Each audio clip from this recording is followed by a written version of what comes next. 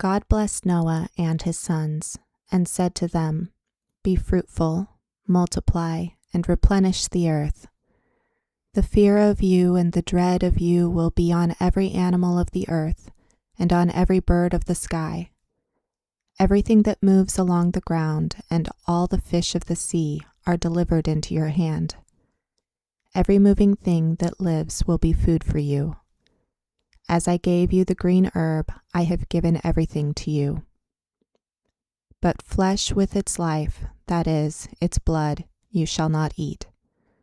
I will surely require accounting for your life's blood. At the hand of every animal I will require it. At the hand of man, even at the hand of every man's brother, I will require the life of man. Whoever sheds man's blood, his blood will be shed by man. For God made man in his own image. Be fruitful and multiply, increase abundantly in the earth and multiply in it." God spoke to Noah and to his sons with him, saying, "As for me, behold, I establish my covenant with you, and with your offspring after you, and with every living creature that is with you, the birds, the livestock, and every animal of the earth with you, of all that go out of the ship, even every animal of the earth. I will establish my covenant with you.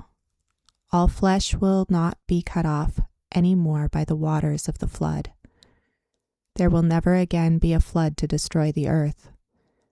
God said, "This is the token of the covenant which I made between me and you and every living creature that is with you, for perpetual generations. I set my rainbow in the cloud, and it will be a sign of a covenant between me and the earth. When I bring a cloud over the earth, that the rainbow will be seen in the cloud.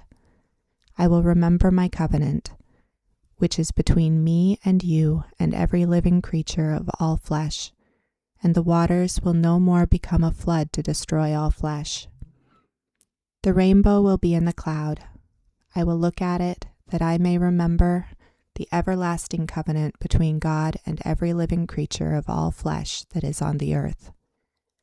God said to Noah, "This is the token of the covenant which I have established between me and all flesh that is on the earth."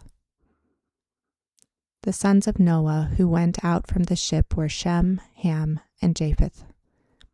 Ham is the father of Canaan. These three were the sons of Noah, and from these the whole earth was populated. Noah began to be a farmer, and planted a vineyard. He drank of the wine and got drunk. He was uncovered within his tent. Ham, the father of Canaan, saw the nakedness of his father and told his two brothers outside. Shem and Japheth took a garment and laid it on both their shoulders, went in backwards, and covered the nakedness of their father. Their faces were backwards, and they didn't see their father's nakedness. Noah awoke from his wine and knew what his youngest son had done to him. He said, "Canaan is cursed. He will be the servant of servants to his brothers." He said, "Blessed be Yahweh, the God of Shem. Let Canaan be his servant. May God enlarge Japheth.